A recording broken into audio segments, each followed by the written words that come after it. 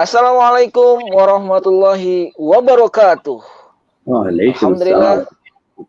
Alhamdulillah.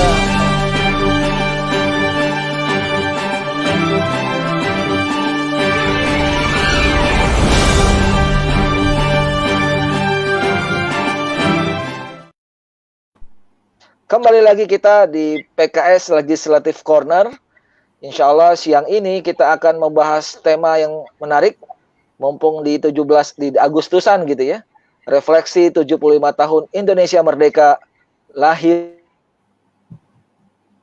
dan batin. Nah, kali ini siang ini, pekan ini kita kehadiran sosok yang tidak hanya dikenal di Indonesia di nasional, beliau adalah sosok juga dikenal di dunia internasional. Pernah menjadi ketua MPR RI. Langsung saja ya. Insya Allah kita akan berdiskusi banyak hal terkait dengan makna kemerdekaan, makna merdeka bagi Indonesia. Kita ketahui Indonesia sudah masuk usia yang ke-75 tahun. Kalau orang tua itu udah cukup sepuh gitu ya. Kalau coba kita nanti ngebedah lebih jauh lagi, Korea juga yang merdekanya hampir sama dengan tanggalan kita, tapi kita lihat sudah sejauh mana pencapaiannya. Minimal kalau saya ini pakai gadgetnya Samsung, itu dari Korea. Atau Korea juga sudah punya mobil nasional, di industrinya sudah maju begitu. Nah, banyak hal yang lain nanti kita coba perbincangkan.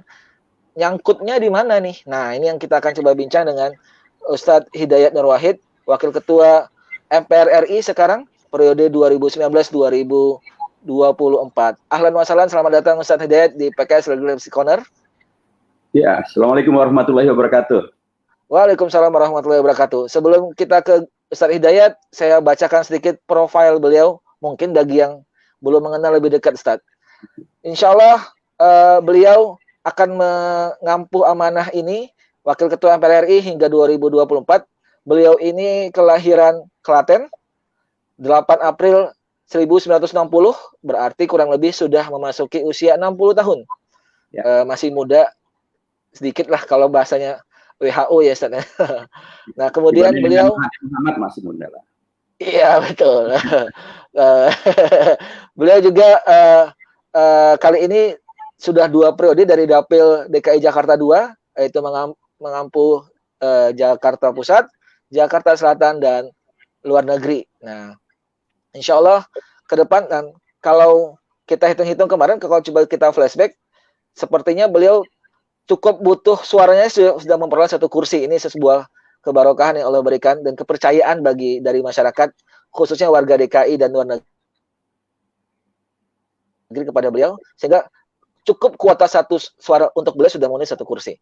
Bahkan beliau bisa memberikan sumbangsih suara ke yang lain. Ini patut ditiru bagi PKS ke depannya untuk bisa paling tidak sosoknya seperti Ustadz Hidayat gitu ya, Ustadz ya. Baik, berikut sedikit video terkait Legislative Corner yang membahas isu dari sudut yang pas.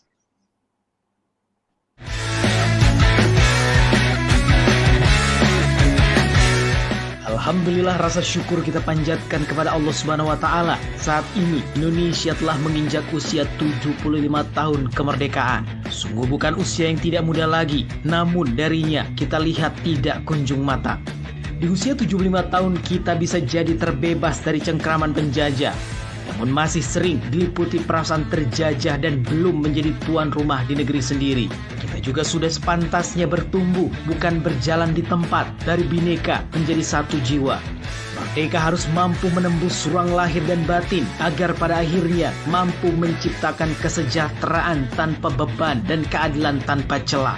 Semuanya akan dibahas dalam PKS Legislative Corner dengan narasumber Dr. Haji Muhammad Hidayat Nur Wahid MA, Wakil Ketua Majelis Permusyawaratan Rakyat Republik Indonesia, dan juga anggota Komisi 8 fraksi PKS DPR RI. Ya, berikut tadi sudah kita profilnya sedikit. Ustadz, kurang lebih ya 60 tahun usia Ustadz. Karena kemarin pandemi, jadi kita lomba-lomba 17-an sepertinya sudah tidak banyak dilakukan. Kalau Ustadz sendiri bagaimana kira-kira selama Ustadz dari kecil sampai usia seperti itu, apa lomba-lomba 17-an yang menarik bagi Ustadz Hidayat? Baik, bismillahirrahmanirrahim.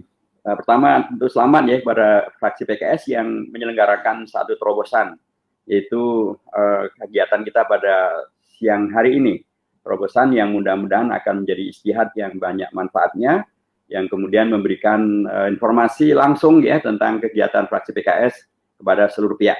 Adapun tentang kegiatan 17 Agustusan yang saya ikuti tentu berbeda-beda ya dari fase ke fase berikutnya. Waktu kecil tentu saya selalu gitu ya bersama dengan warga mengikuti kegiatan apakah namanya lomba makan kerupuk atau kemudian kelereng dalam sendok itu, atau kemudian juga lomba lari ke dalam karung, tarik tambang, itu hampir selalu yang diikuti oleh kita anak-anak kecil pada waktu itu.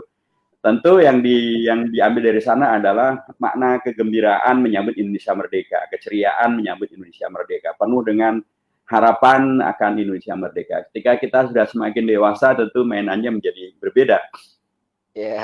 Selain memaknai tentang peringatan 12 Agustus itu sendiri, lomba-lombanya pun juga kemudian menjadi tidak lagi sama. Bisa jadi kemudian kaitannya lebih kepada penulisan, ataupun terkait dengan masalah penjurian, atau terkait dengan bahkan kalau sekarang lebih pada mengingatkan tentang pentingnya kita untuk memperingati 17 Agustusan ya. Lombanya adalah lomba memperingatkan, bukan lagi memperingati, tapi memperingatkan agar kita terus selalu teringat dengan semangat dan spirit 17 Agustusan yang melalui fraksi PKS kemudian diberi makna yang sangat dalam, yaitu kita merdeka ini bukan hanya lahir saja, tapi juga merdeka lahir dan batin. Itu sebuah ungkapan yang luar biasa. Ya, semoga ya, kalau saya juga bahkan dulu waktu kecil juga masih ada ikut-ikut yang memperingati ke Islam-Islaman, saat juga ada belajar hafalan Quran, 17-an kok hafalan Quran gitu ya. Ya mungkin itu bagian dari pengingat-pengingatan kita bahwasanya ulama juga sudah juga berkontribusi besar bagi kemerdekaan ini. Kalau kita coba kembali ke tema, Ustaz, menurut Pak Hidayat ini bagaimana usia 75 tahun Indonesia? Apakah kita sudah merdeka? Mungkin merdeka secara dijajah iya gitu ya. Tapi kalau lahir dan batin gitu, legowo, enak gitu, itu bagaimana Ustaz? Mungkin bisa kami di pemirsa perlu tahu lebih banyak ini Pak Hidayat.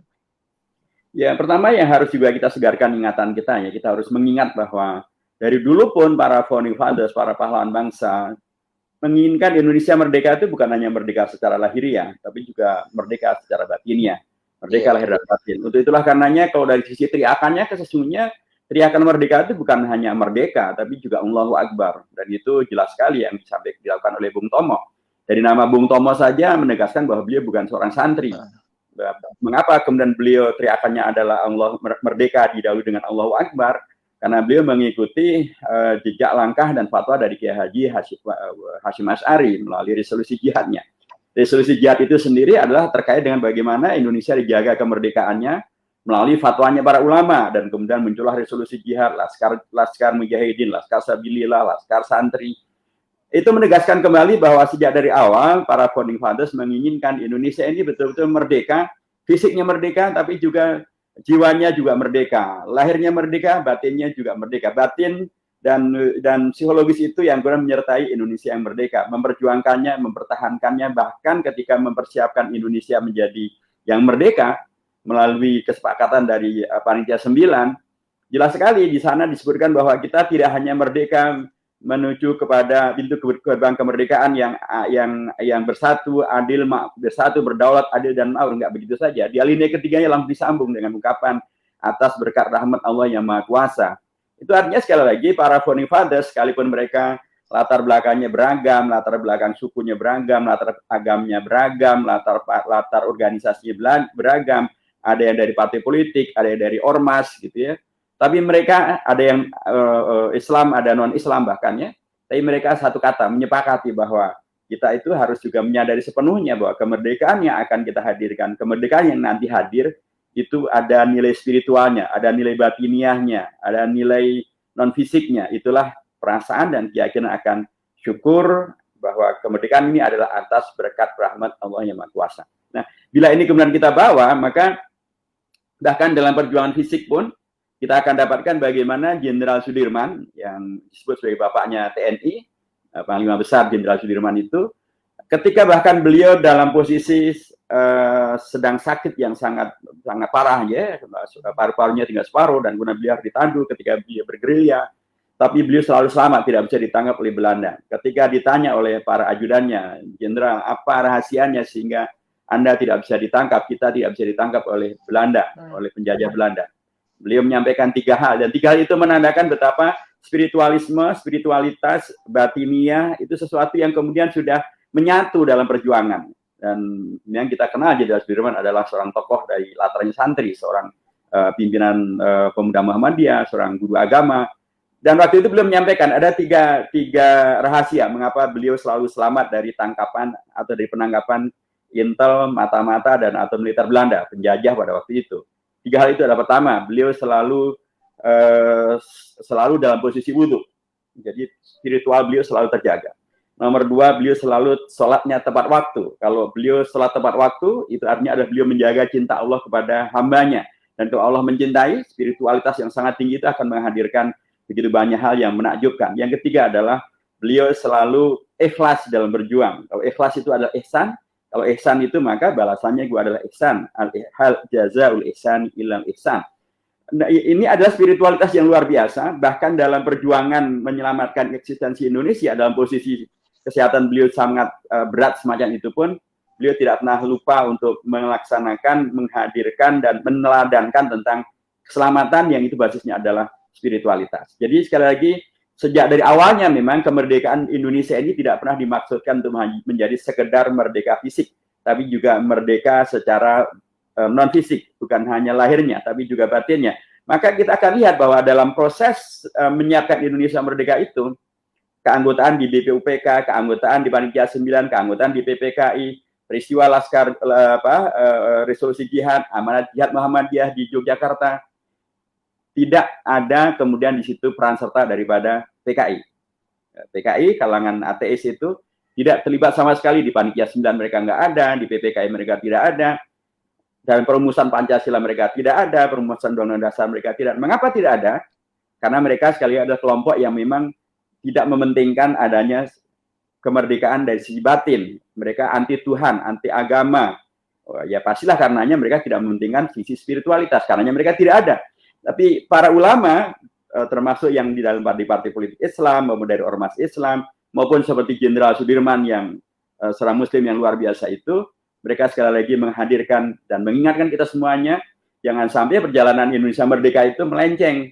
Yang semula diyakini dan diperjuangkan melalui jalur lahir dan batin, kemudian belakangan malah yang lahirnya dimerdekakan, sekalipun juga belum sepenuhnya merdeka, tapi batinnya dienyahkan dengan melupakan tentang ketuhanan yang Maha Esa, menggantinya dengan Ekasila, dengan Trisila, atau ketuhanan yang berkebudayaan, atau ketuhanan yang berdasarkan kepada kemanusiaan yang adil dan beradab, atau bahkan tidak menyebut sama sekali, seperti atau disebutkannya dalam nomor yang sangat belakangan, seperti dalam rancangan undang-undang tentang HIP. Ini tentu sebuah penyelewengan atau penyimpangan dari sejarah kemerdekaan Indonesia, dan sudah sangat benar kalau fraksi PKS menolak dan memperjuangkan aspirasi umat agar rancangan undang-undang ini dihapuskan saja, dicabut dari prolegnas, karena memang sekali lagi dia ahistorik, dia bertentangan dengan sejarah perjuangan bangsa menghadirkan Indonesia merdeka. Ada unsur lahiriahnya, ada unsur batinnya. Lahir yang kemerdekaan yang diharapkan adalah kemerdekaan bukan hanya kemerdekaan lahir saja, tapi juga kemerdekaan batin. Masya Allah, ini sebuah kontribusi batu bata yang luar biasa sebagai founding father kita untuk bahwasannya ya pondasi Indonesia itu tidak terlepas dari ulama atau umat Islam itu sendiri secara komponen masyarakat begitu. Tapi Ustaz, kalau kita coba berkaca pidato tahunan rutin ya Presiden, khususnya Presiden Jokowi yang kemarin, meskipun kita cukup terlanda penurunan ekonomi pertumbuhan yang cukup signifikan, tapi dalam pidato kemarin Pak Presiden Jokowi itu memunculkan kembali rasa optimistik. Nah, kalau pandangan Ustaz Pak Hidayat itu gimana, seperti apa ke depannya ini Pak Hidayat? Ya, sekali lagi dalam pendekatan merdeka lahir dan batin tadi, optimisme memang harus selalu dibangkitkan ya. Tapi optimisme akan bangkit kalau basisnya adalah kepada kejujuran, kepada kesungguh-sungguhan, keseriusan, dan kepada dalam tanda kutip track record yang kemudian memang membuat orang percaya dengan optimisme yang dibangkitkan itu. Karena sebelumnya kan publik juga ingat gitu ya bagaimana beliau menyampaikan bahwa ekonomi akan meroket gitu pada September dan seterusnya. Ternyata yang terjadi adalah bukan meroket ke atas, tapi meroket ke tempat yang lain gitu ya.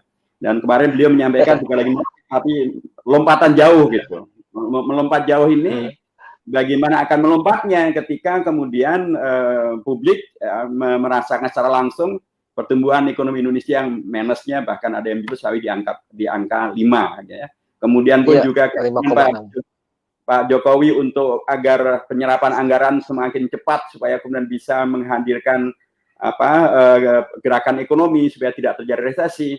Tapi kan bahkan Bu Menteri Keuangan sangat mengeluhkan serapan anggaran masih sangat rendah. Dan beliau yang disalahkan adalah menteri-menteri yang lain yang masih baru yang belum terbiasa dengan masalah birokrasi. Nah, terus dari mana kemudian optimisme ini akan bisa dibangun ketika kemudian orang akan melihat dan mengingat apa yang dulu disampaikan oleh Pak Jokowi. 2 kali beliau berkabinet selalu beliau menyatakan bahwa tidak ada visi menteri, yang ada adalah visi presiden. Nah, terus bagaimana ini? Bagaimana umat kemudian atau bangsa diharapkan kemudian bisa punya optimisme untuk bangkit? Ketika visi presiden, beliau sudah marah-marah berkali-kali, ada mencatatkan 4 kali, gitu ya, beliau sudah marah-marah, beliau sudah mengkritik secara terbuka, marah beliau pun sudah pernah dibocorkan, gitu ya. Kemudian yang bocorkan sekretariat negara sendiri, bukan yang lain, gitu.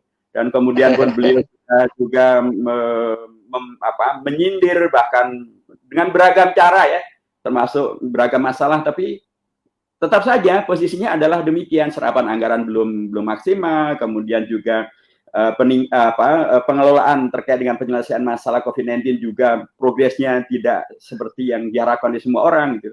Pak Jokowi waktu itu sudah menyampaikan bahwa beliau awal Mei beliau menyampaikan tidak mau tahu dengan cara apapun itu COVID-19 harus sudah landai pada akhir Mei. Ternyata sampai akhir Mei malah semakin menaik gitu, bukan landai.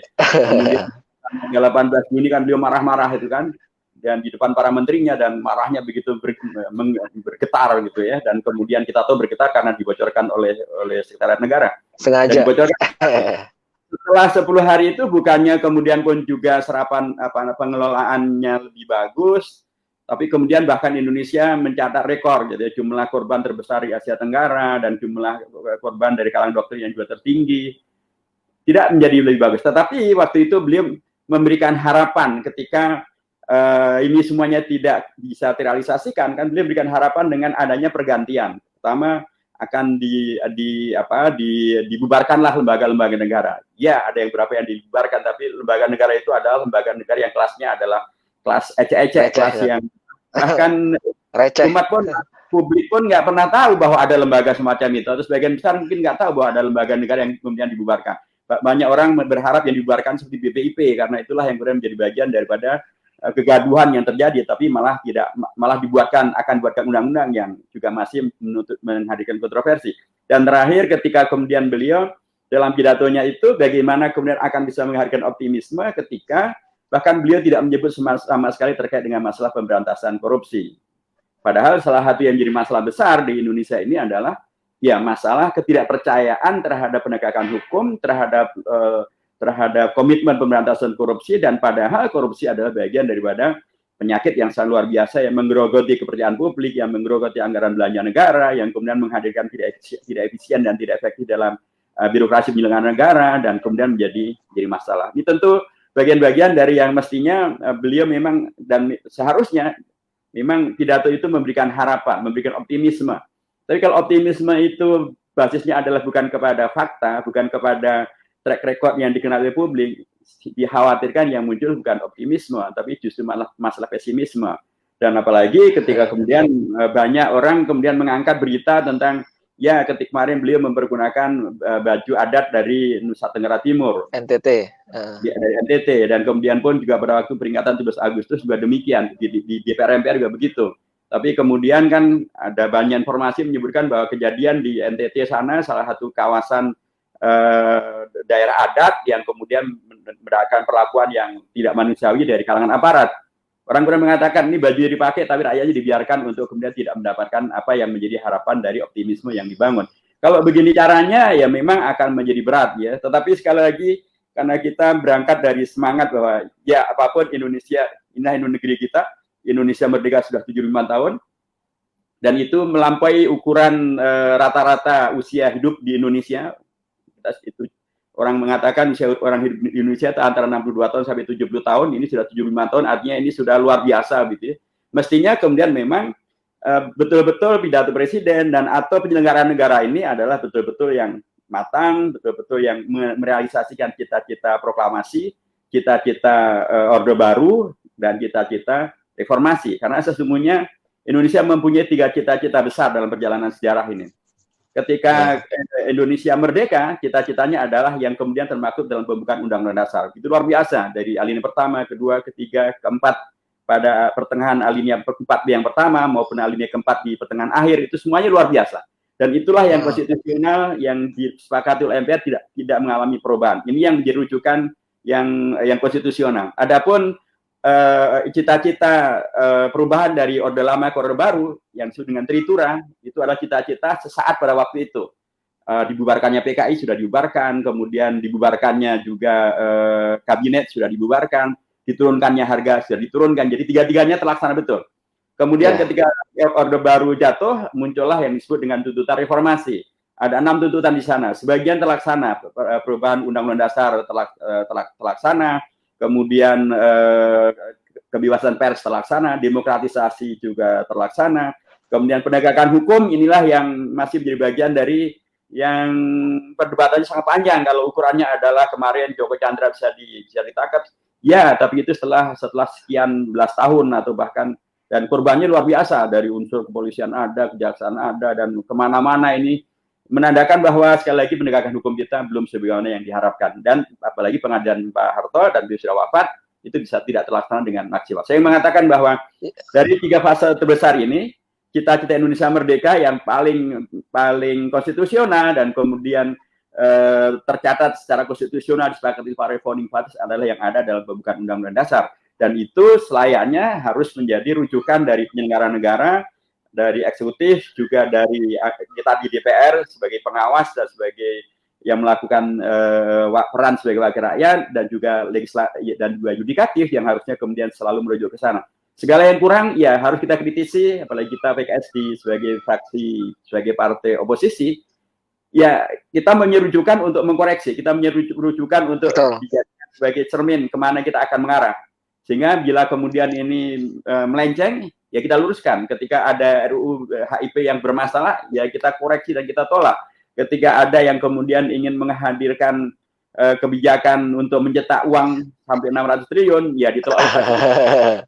Dan kemudian membawa kepada hadirnya bernegara yang tidak lagi mementingkan tentang sisi batin, hanya mementingkan sisi lahir dengan ketuhanannya, tidak lagi bukan Maha Esa, tapi ketuhanan yang berkebudayaan misalnya, kita koleksi. Jadi kita mempunyai kondisinya, ya dengan beragam penyimpangan yang terjadi, inilah demokrasi di mana ruang untuk mengkoreksi terbuka, dan PKS menghadirkan fraksi ataupun partai yang oposisi. Kita melakukan peran itu dengan maksimal yang bisa kita lakukan, dengan profesional yang bisa kita lakukan, dan hasilnya juga cukup bisa diterima oleh publik dan menghadirkan beragam koreksi terhadap kebijakan negara yang tidak sesuai. Baik, ya begitu Ustaz. Nanti setelah ini kita break sebentar, tapi saya ingin memantik pertanyaan setelah break untuk pemirsa sekalian yang menonton di channelnya YouTube PKS TV DPR RI ataupun di Facebook fraksi PKS DPR RI. Salah satu kutipan dari Pak Jokowi ketika pidato juga adalah yang Pancasila jangan, ya nggak usah perlu terlalu Pancasila, ataupun yang Islami jangan terlalu paling Islami. Nah, nanti kita Pak Hidayat nanti bisa sampaikan bagaimana kenyataan faktualnya seperti apa saat ini sebenarnya. Kita komersial break sebentar, sampai ketemu lagi sejenak. Proklamasi kami, bangsa Indonesia, dengan ini menyatakan kemerdekaan Indonesia. Hal-hal yang mengenai pemindahan kekuasaan dan lain-lain diselenggarakan dengan cara saksama dan dalam tempo yang sesingkat-singkatnya. Jakarta, 17 Agustus 1945. Atas nama bangsa Indonesia, Soekarno-Hatta. Allah Akbar, Allah Akbar, Allah Akbar, Merdeka.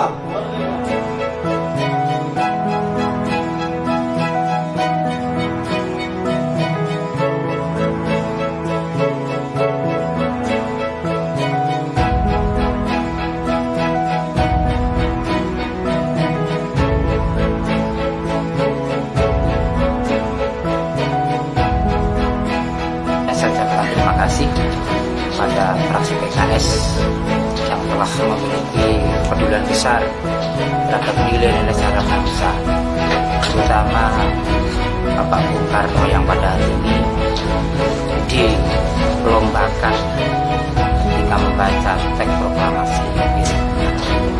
Terima kasih fraksi PKS. Mudah-mudahan ke depan lebih jaya, lebih maslahat, manfaat, berkah dan berkah untuk bangsa negara Indonesia.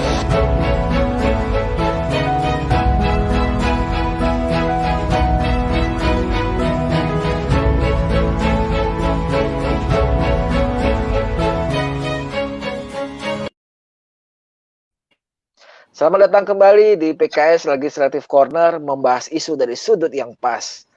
Baik, tadi breaknya bahwasannya tadi malam sudah ditutup lomba baca teks proklamasi mirip suara Bung Karno, dan semoga yang mengirimkan berdoa saja tinggal nih sekarang, semoga dipilih oleh para jurinya. Baik, melanjutkan tadi yang Ustaz, terkait dengan pidato masih seperti itu, bahwasannya tadi salah satu kutipan yang tersampaikan oleh Pak Presiden Jokowi, bahwasannya kita jangan terlalu Pancasila kalau yang punya Pancasila, ataupun jangan terlalu merasa yang paling beragama ketika dia melaksanakan agama. Sejauh ini fakta di lapangan atau seperti apa yang minimal periode kemarin ataupun berjalan 2 tahun ke depan ini, Ustaz? Silakan. Ya, memang ada pernyataan beliau terkait jangan berlebihan gitu ya, termasuk agama, termasuk juga klaim Pancasila yang berlebihan. Ini sebuah ungkapan yang maknanya juga sangat dalam, karena memang mungkin juga tidak tahu banyak orang yang mengakunya aku Pancasila, saya Pancasila, tapi perilakunya tidak Pancasilais gitu ya. Dan itu ukuran-ukurannya sangat jelas gitu. Ukurannya kalau aku Pancasila atau saya Pancasila, mestinya ketika bicara tentang ketuhanan yang Maha Esa, perilakunya jelas dong. Ya, tidak menjadi anti agama, kemudian mementingkan kepada etika, kepada moral, mementingkan kepada adanya harmoni, dan kemudian itulah ajaran agama. Tapi yang terjadi seringkali justru moral agama tidak dipentingkan, malah kemudian agama dipersekusi dan biarkan menjadi sesuatu yang kemudian haknya tidak dipenuhi. Kalau bicara tentang keadilan, kemanusiaan adil dan beradab, ya betul-betul perilaku berbangsa bernegara dan kebijakannya pada manusiawi, adil dan beradab. Jangan sampai justru tidak hanya aku Pancasila, tapi hukumnya tidak manusiawi, tidak adil, dan juga tidak beradab. Hanya tajam ke bawah dan kemudian turun atas misalnya. Kalau kita bicara tentang aku Pancasila dan bicara tentang persatuan Indonesia, harusnya tidak diperbolehkan itu adanya buzzer-buzzer yang bahkan dibiayai untuk menghadirkan pembelahan. Harusnya mereka itu dihukum karena itu menghadirkan pembelahan, tidak membuat persatuan Indonesia. Aku Pancasila harusnya ketika bicara tentang nilai yang keempat, kerakyatan yang timbul hikmat bijaksana dalam urusan keadilan, betul-betul hadir itu politik berdemokrasi yang bermusyawarah, yang betul-betul mementingkan tentang perwakilan, yang betul-betul mementingkan adanya hikmah gitu. Ya, kemudian sekedar mengandalkan pada menang-menangan atau mentang-mentang jumlahnya terbanyak misalnya. Itu di mana hikmah permusyawaratannya, dan kemudian menghadirkan. Apalagi kalau bicara tentang keadilan sosial bagi seluruh rakyat Indonesia. Ini kan jadi bagian daripada yang besar besar. Dari dulu sila ini belum mendapatkan realisasi yang sebenarnya. Karena bahkan kalau kita rujuk dalam pembukaan Undang-Undang Dasar, keadilan sosial bagi Indonesia itu tidak hanya begitu saja. Itu ada kalimat pembukaannya yang sangat luar biasa, tapi seringkali dilupakan karena tidak masuk ke dalam angka 5. Ungkapannya adalah serta dengan mewujudkan suatu keadilan sosial bagi seluruh rakyat Indonesia. Bukan serta dengan mewujudkan itu tidak masuk karena memang dia tidak masuk dalam angka 5. menjadi sangat dipentingkan. Jadi ada sosial media Indonesia yang bersifat normatif, yang bersifat wacana, dan apalagi prakteknya kemudian hanya untuk sebagian rakyat Indonesia, enggak, serta dengan mewujudkan satu imperatif, satu perintah. Jadi saya mengatakan bahwa ya minta Pak Jokowi mendengar dan melihat apa ini, bahwa ada yang dia akan Pancasila tapi perilakunya tidak sesuai dengan Pancasila, hanya belum mengingatkan jangan kemudian hanya punya berlebihan dan mengaku sebagai Pancasilais. Yang paling agamis saya kira juga memang penting untuk diingatkan, karena agama memang tidak untuk menghadirkan klaim, tidak untuk menghadirkan takabur, riya, gurur gitu ya, dan menghadirkan perilaku agama yang tidak menghadirkan ukhuwah, tidak menghadirkan rahmatul alamin, tidak menghadirkan solusi. Perilaku beragama hanya menjelang pemilu atau pilkada saja misalnya. Tidak pernah ke masjid atau tidak pernah ke pesantren, menjelang pemilu pilkada tiba-tiba pada rajin ke pesantren, rajin menemui para kiai, rajin pakai jilbab, kemudian ditambahkan dengan atau hajahnya gitu ya. Sehingga kemudian muncul kita kan, ketika banyak orang yang kemudian pakai haji, hajah, kemudian pakai peci, pakai jilbab, kemudian ke pesantren, banyak orang mengatakan, ini sebentar lagi sudah akan pilkada nih. Ini tandanya pemilu sebentar lagi sudah akan terjadi. Itu kan beragamanya tidak juga beragama dalam konteks yang sebenarnya gitu ya. Itu bagian-bagian menurut saya penting untuk kemudian pidato Pak Jokowi dimaknai dalam konteks yang semacam itu, sehingga yang akan itu adalah bukan klaim, bukan kemudian berlebihan, tapi kan betul-betul menghadirkan beragama dan berpancasila yang jujur, yang konkret, yang sepanjang waktu, bukan hanya menjelang pemilu, bukan hanya untuk kepentingan kekuasaan, tapi betul-betul adalah untuk kepentingan nilai-nilai yang memang diajarkan oleh agama dan diajarkan oleh Pancasila, yang bila itu terjadi, itulah yang akan menghadirkan Indonesia merdeka lahir dan batin. Baik,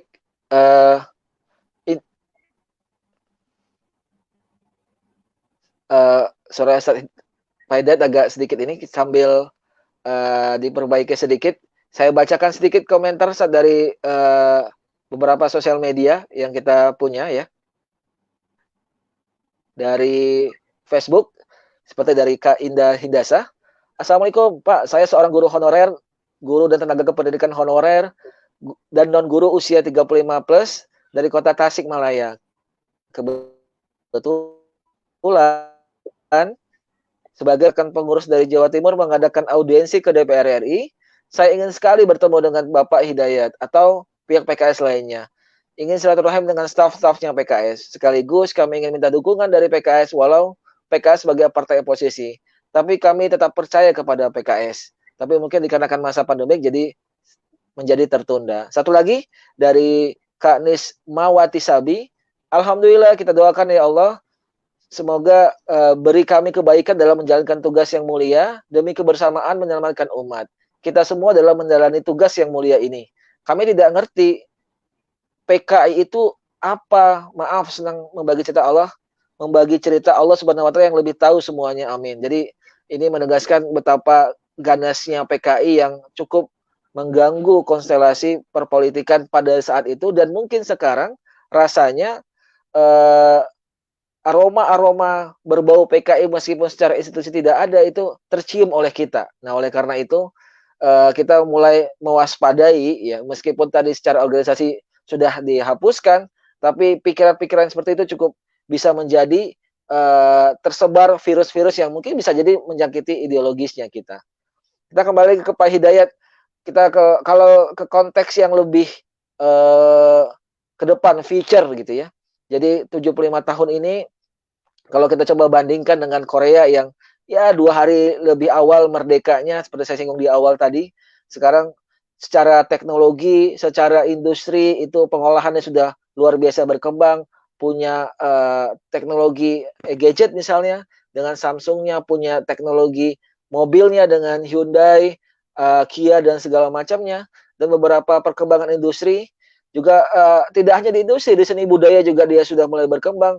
Mungkin film-film itu sudah, bahkan kita sekedar menjadi konsumtif saja ya, tidak banyak memproduksi hal, termasuk juga dengan pariwisatanya. Jadi semua sektor benar-benar luar biasa berkembangnya. Nah, bagaimana dengan Indonesia yang ya tidak jauh berbeda harinya lah, bagaimana kondisi saat ini yang mungkin sebagai partai oposisi kita perlu di bagian-bagian apanya yang mesti kita coba perbaiki, Pak Hidayat?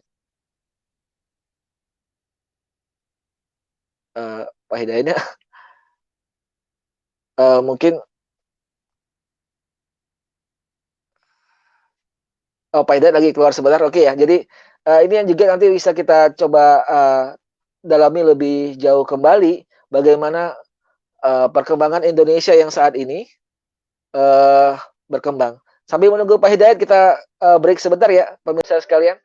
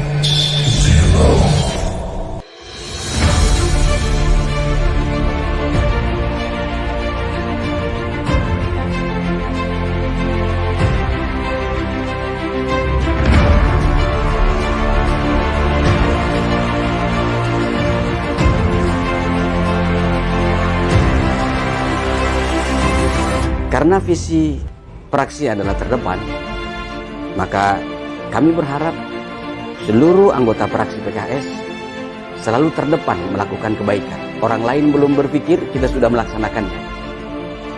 Untuk kepentingan siapa? Untuk kepentingan umat, untuk kepentingan rakyat, dan untuk mengokohkan nasionalisme Indonesia.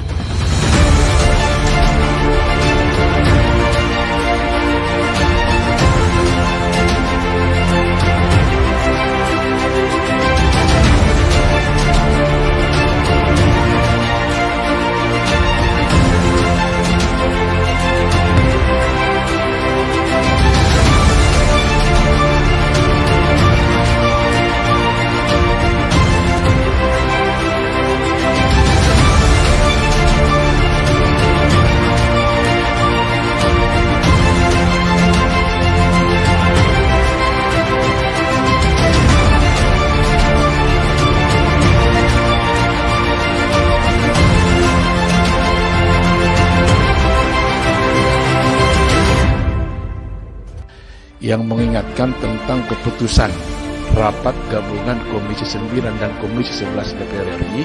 Tapi saya bilang pada waktu itu, tolong jangan sampai dinaikkan kelas 3 mandiri yang PBBP maupun DP. Tidak membaca keputusan kami dengan 5 menteri itu. Dan 5 menteri itu oke, tok, tanda tangan. Kenapa tidak diberitahu itu bisa naik semua? Kaget semua. Ibu kalau masih menaikkan itu, saya akan bongkar, ya. Saya akan lihat nanti bahwa ada anggaran APBN dari Komisi 1 sampai Komisi 11 yang abal-abal. Jangan sempat yang abal-abal itu, Pak, ya. Di Kemenkes ada, Pak. Saya tahu, Pak Oscar. Ya, dinaikkan, mereka itu zalim. Pak, Bapak bilang nggak zalim kemarin, Pak. Saya lihat Bapak di TV. Saya bilang di sini, Pak, zalim itu, Pak. Naikkan orang yang tidak mampu, padahal uang banyak yang lain.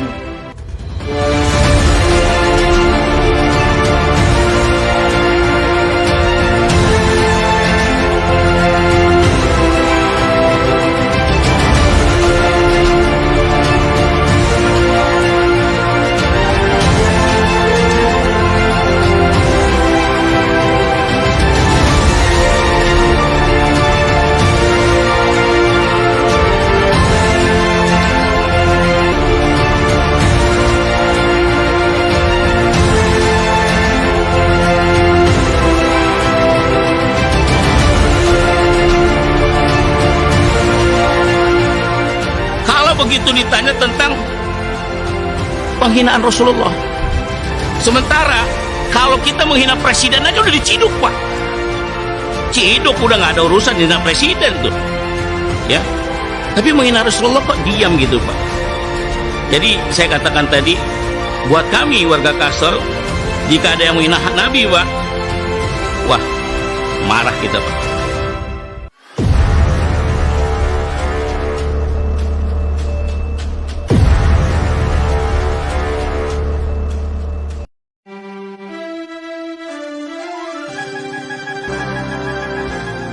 Assalamualaikum warahmatullahi wabarakatuh.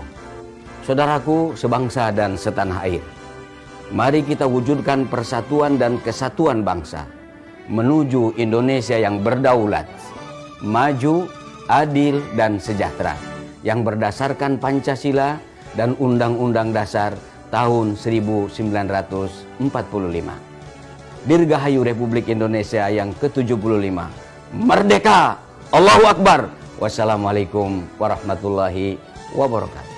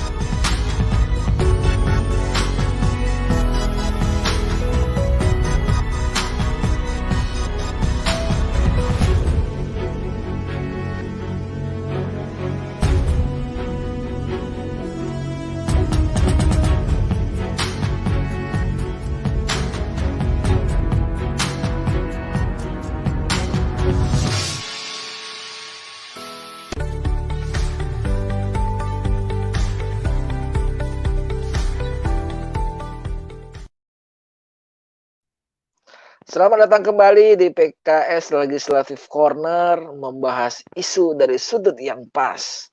Baik, sambil menunggu Pak Hidayat yang mungkin agak trouble di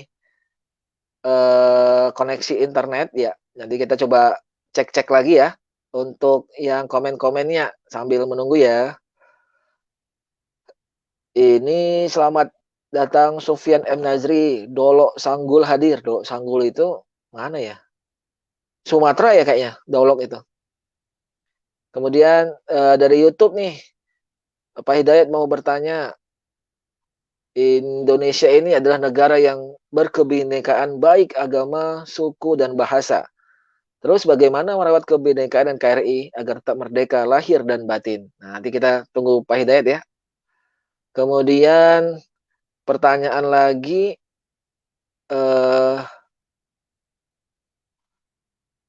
kalau Pak Hidayat belum masuk, saya coba diskusi dulu ya. Jadi memang sejarahnya Indonesia itu berdiri bukan hadiah semata dari Jepang ya. Ini merupakan sebenarnya ada kumulatif rasa keresahan bagi elemen bangsa, tidak hanya satu golongan, tapi juga banyak golongan, termasuk umat Islam yang diwakil dari ormas-ormas besarnya pada waktu itu. Ada dari Nahdlatul Ulama ya, ada juga dari Muhammadiyah yang cukup populer ya, juga dari kelompok-kelompok lain yang mungkin kalau dulu istilahnya adalah kaum Islam nasionalis begitu. Nah juga ada beberapa hal yang lain, termasuk juga dengan yang non-Islam. Nah ini yang rasa keresahan itu bisa menjadi menggelora ketika itu sudah mulai numpuk ininya rasa penderitaannya begitu. Kalau misalnya begitu. Nah, sehingga ketika Sekutu sudah mulai bisa dikalahkan gitu, kemudian Jepang sudah dikalahkan oleh Sekutu. Nah, sebagian dari rakyat Indonesia khususnya tadi ya yang sudah mulai mencicil dari zamannya Bung Tomo itu bisa kembali lagi.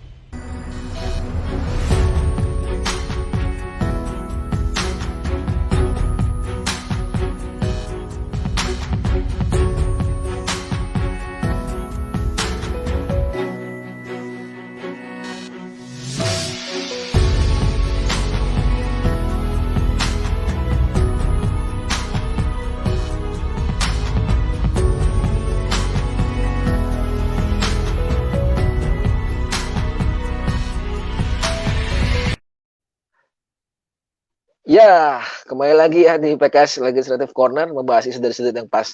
Jadi kali ini mumpung hari kemerdekaan 17 Agustus 1945 yang kebetulan hari ini tanggal 21 ya.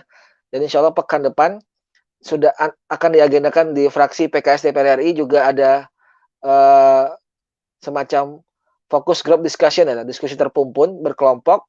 Insya Allah juga akan dibersamai dengan beberapa narasumber yang berkompeten di bidangnya. Nanti informasi lebih lengkap bisa dicek, dipantau terus di kanal-kanal sosial media fraksi ya, baik itu di fraksi PKS fraksi dpr.pks.id ataupun di sosial media yang lainnya @fpks DPR RI di Instagram ataupun di Facebook kita fraksi PKS DPR RI. Saya sapa dulu beberapa sambil menunggu Ustaz Hidayat, beberapa rekan-rekan yang komentar. Dari mana lagi nih? Pengen nanya apakah Indonesia sekarang dari Mas Heri Zaki Syah. Pengen nanya apakah Indonesia sekarang sudah merdeka tanahnya 70% milik asing. Ekonomi terbesar milik asing. Sumber daya alam milik asing dan kapitalis. Terima kasih. Ya betul, secara kepemilikan sebenarnya ada di dalam regulasi kita ya, dalam konstitusi bahwasannya bumi, air dan kekayaan yang terkandung di dalamnya dikuasai negara sepenuhnya gitu ya. Ingat tuh pasal berapa? Pasal 33. Nah ini yang harusnya bisa menjadi konstitusi dan tidak boleh sepenuhnya dikuasai oleh asing. Nah ini PR kita mengingatkan kepada pemerintah, apalagi kita mungkin di PKS yang sebagai fraksi yang oposisi bisa senantiasa untuk meningkatkan. Dan Omnibus Law ini menjadi sebuah warning bagi kita bahwasannya bisa jadi karpet merah itu diberikan seutuhnya bagi mereka saja ya, kaum elit yang kalau bahasa gap rasio kita itu kalau dihitung ya 1% orang kaya di Indonesia itu memang sudah menguasai ekonomi itu hampir 50%, tepatnya 48%. Kalau dilebarkan lagi, ketika 10% orang-orang kaya yang konglomerat itu menguasai dikumpuli uangnya gitu ya, itu bisa menguasai hampir 80%. Betapa luar biasanya gap antara si kaya dan si miskin, dan ini yang harusnya secara perlahan ketika kita sudah merdeka 75 tahun, semakin lama gap itu semakin harus terkikis gitu, sehingga bisa dinikmati tidak hanya oleh orang tertentu. Bisa jadi kita khawatirkan pandemi ini dengan kondisi ekonomi yang semakin merosot ini, itu khawatirnya itu memperkaya orang-orang yang kaya atau sebaliknya, memiskinkan tambah miskin orang-orang yang miskin. Nah, ini yang menjadi kewaspadaan bagi kita, tetap pantau kita terus, tetap ingatkan kita di fraksi PKS untuk selalu mendengar apa yang dikhawatirkan oleh rakyat. Dari mana lagi ini ya? Tadi dari Indra, Mas Parto oke, PKS top, Indra SIP Riau hadir. Selamat datang Riau. Dari Kak Emat Nuro, Labuhan Batu hadir ya, Labuhan Batu Sumatera Utara. Kemudian Sedaya. Ini sambil menunggu Pak Hidayat, silakan sambil bisa di-chat ke kita apa yang terjadi, apa-apa yang pengen diupdate, nanti kita berikan update-nya. Dan saat ini di DPR masih, karena kemarin sudah selesai masa reses, jadi sekarang PKS sudah sedikit terlibat di dalam panja Omnibus Law Cipta Kerja. Sekarang sudah memasuki pasal ke-25 ya. Jadi hal semua ini aktivitas di DPR juga bisa dipantau di websitenya websitenya DPR RI ya, dpr.go.id. Nanti bisa dicek, di sana juga ada ini streamingnya. Jadi sekarang DPR juga sudah terbuka untuk yang pengen tahu lebih jauh terkait dengan perkembangan sidang-sidang di dalam gedung DPR. Sidang sekarang pun sudah banyak yang di-online-kan, itu bisa memudahkan kita untuk menyaksikan lebih lengkap lagi. Baik, kita break sebentar ya, untuk bisa kita pastikan apakah Pak Hidayat bisa masuk lagi atau seperti apa, nanti kita ketemu lagi setelah ini.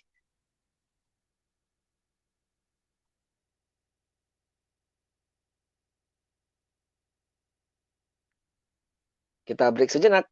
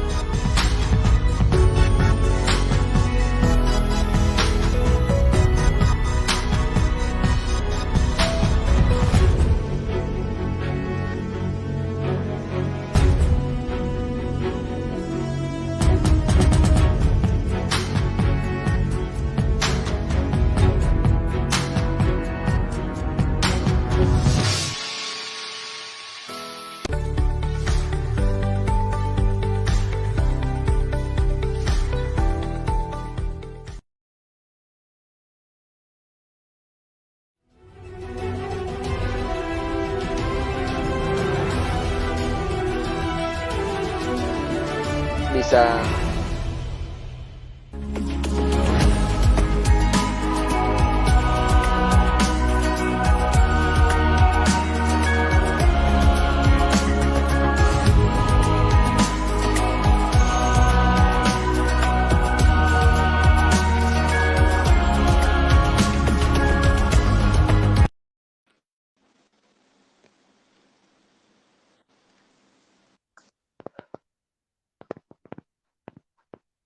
Selamat datang kembali di PKS Legislative Corner, membahas isu dari sudut yang pas. Alhamdulillah Pak Hidayat sudah masuk kembali. Ini menjelang akhir Pak Hidayat. Jadi kita ada yang bertanya tadi di melalui sosial media kita. Pertanyaan dari Pak P saja. Indonesia ini adalah negara yang berkebinekaan baik agama, suku dan bahasa. Lantas bagaimana kita merawat kebinekaan NKRI agar tetap merdeka lahir dan batin? Silakan Pak Hidayat. Ya, baik. Bahwa Indonesia itu adalah bineka dari suku, bangsa, profesi, partai, organisasi, itu dari dulu memang begitu.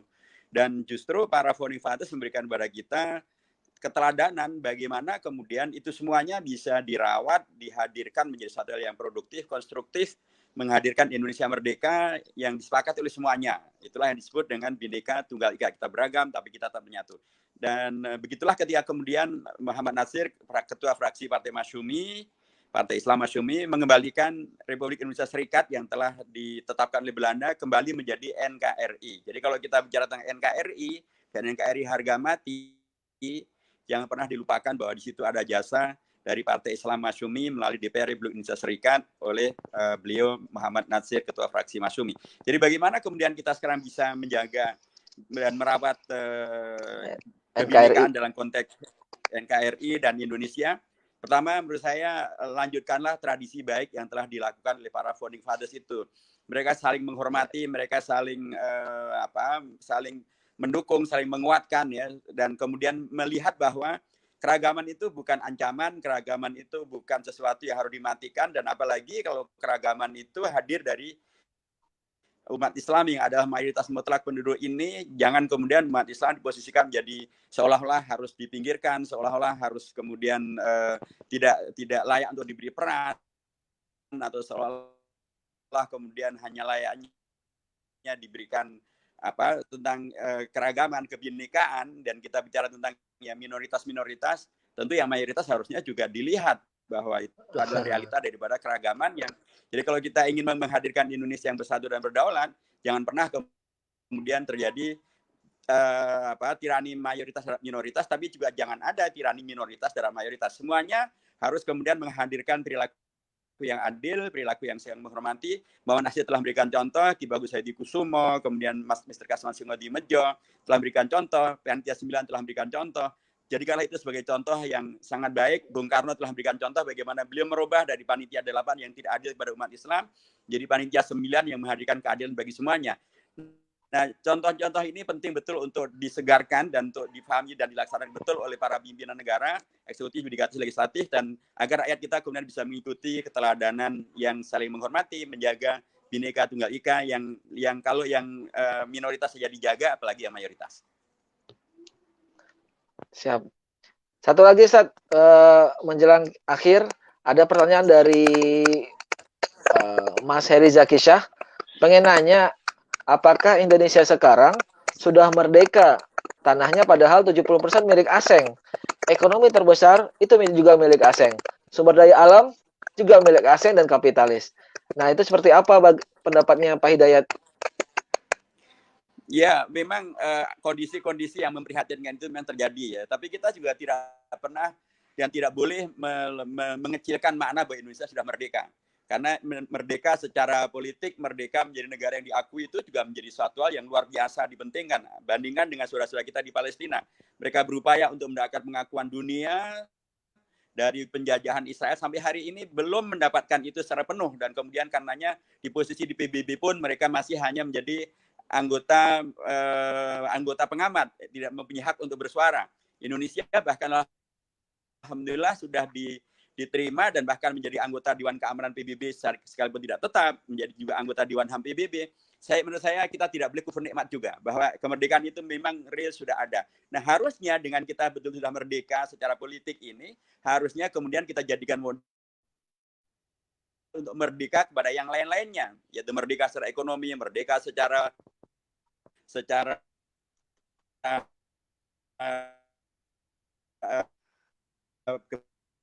bahasa,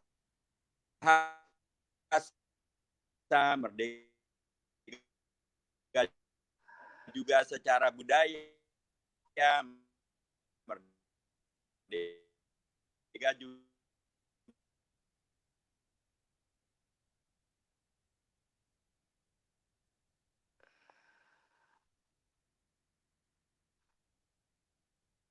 secara, sehingga kemudian betul-betul menghadirkan cita-cita Indonesia merdeka. Dan dulu pun Bung Karno sudah mengingatkan, Kami kemarin berjuang Anda akan melawan sesungguhnya kemerdekaan politik itu sebagai modal untuk memerdekakan Indonesia dari neokolonialisme, begitu kata Bung Karno. Bentuk-bentuk penjajahan baru dari sisi budaya, dari sisi ekonomi maupun juga yang lainnya. Terakhir Pak Hidayat, ini dari Kak Suparmin, Mas Suparmin bertanya, bagaimana upaya kita membentengi kemungkinan lahirnya kembali komunisme di era sekarang ini? Ya, pertama menurut saya penting juga untuk mengkritisi kalau ada yang mengatakan bahwa komunisme sudah mati, bahwa tidak ada lagi bahaya komunisme. Saya menjadi teringat dengan ungkapan dari Jenderal Ryamizar Yakudu, dulu Menteri Pertahanan. Beliau menyampaikan bahwa kalau ada yang berkata bahwa komunisme tidak lagi menjadi bahaya, PKI sudah mati dan lain sebagainya, jangan-jangan yang mengatakan begitu itulah mereka gitu. Nah, ini seorang Jenderal Angkatan Darat dan Menteri Pertahanan mengatakan begitu, itu sebuah warning yang amat sangat jelas gitu. Satu, jadi kesadaran itu perlu dibangun gitu. Karena apa? Karena dalam konteks Indonesia yang namanya komunisme itu memang dilarang. Itu adalah satu keputusan yang sudah ditetapkan dan kemudian di dalam TAP MPR nomor 25 tahun 86 dan kemudian mewujud dalam undang-undang di KUHP, ada juga di undang-undang tentang pertahanan negara, ada juga di undang-undang tentang keormasan. Komunisme terlarang. Jadi kesadaran ini ataupun pemahaman ini juga perlu hadir, sehingga dengan demikian maka jangan ada yang kemudian mencoba untuk menghidupkan kembali. Jadi memahami tentang adanya aturan hukum yang melarang komunisme dan penyebaran komunisme harus juga difahami oleh seluruh rakyat Indonesia, supaya dengan cara itu maka ada kesadaran untuk melakukan penolakan. Nomor berikutnya adalah komunisme bisa menyebar ketika terjadi kebodohan, ketika terjadi ketika pendidikan rakyat masih sangat rendah, ketika ekonomi rakyat juga sangat bermasalah, ketika terjadi kezaliman, ketidakadilan, sehingga kemudian rakyat bisa diadu domba. Ini salah satu ciri khas daripada komunis. Karenanya negara harus betul-betul melaksanakan kewajibannya, menghadirkan pendidikan yang baik bagi rakyatnya, menghadirkan kesejahteraan bagi rakyatnya. Kemudian dengan cara itu maka rakyat bisa bersatu padu dalam konteks Indonesia yang merupakan negara yang menyatakan bahwa PKI adalah partai terlarang dan komunisme, Leninisme dan Marxisme adalah tidak boleh disebarkan di Indonesia. Yang ketiga, tentu karenanya menjadi sangat penting bangsa Indonesia yang dengan Pancasilanya mempunyai ketuhanan yang Maha Esa agar betul-betul dilaksanakan dengan baik dan benar, sehingga menghadirkan masyarakat yang rahmatan lil alamin, menghadirkan masyarakat yang khaira ummah, jadi masyarakat yang betul-betul membawa kepada realisasi dari beragama yang membawa kepada masyarakat yang beradab, masyarakat yang berakhlak, masyarakat yang berpendidikan, masyarakat yang menghadirkan harmoni, masyarakat yang kemudian tidak beri ruang bagi bangkitnya komunisme. Karenanya menjadi sangat dipentingkan kita sebagai manusia Pancasila yang berketuhanan yang Maha Esa, kita semuanya melaksanakan ajaran agama dengan baik dan benar untuk kita dalam konteks pribadi, dalam konteks keluarga, dan dalam konteks masyarakat, termasuk dalam konteks bernegara, supaya dengan cara itu maka hadirlah negara Indonesia yang adil, yang makmur, yang sejahtera, yang membawa kepada pendidikan yang berkualitas, menghadirkan kebanggaan bangsa, dan bila demikian maka tidak ada celah bagi komunisme untuk bangkit kembali. Yap, terima kasih Pak Hidayat atas penyampaiannya, ini cukup menarik. Sebagai informasi Pak Hidayat, ini kita disaksikan dari berbagai penjuru Indonesia. Ada yang dari Riau, ada dari Labuhan Batu, Sumatera ini Pak Hidayat, ada juga dari Dolok Sanggul. Pak Hidayat tahu Dolok Sanggul di daerah mana? Dolok Sanggul, ada juga dari Sragen, tetangga di Klaten, di Solo, dan dari beberapa wilayah lagi yang tidak bisa kami sebutkan. Terima kasih atas penyampaiannya Pak Hidayat, dan bagi pemirsa yang ada di channel YouTube, bagi Anda pemirsa di Facebook Live, terima kasih sudah menyaksikan kami.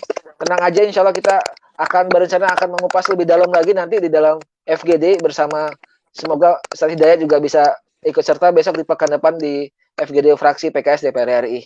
Dari kami cukup sekian, jangan lupa kita ketemu lagi pekan depan di PKS Legislative Corner, membahas isu dari sudut yang pas. Demikian dari kami, mohon maaf jika banyak kekeliruan. Wassalamualaikum warahmatullahi wabarakatuh. Kami pamit.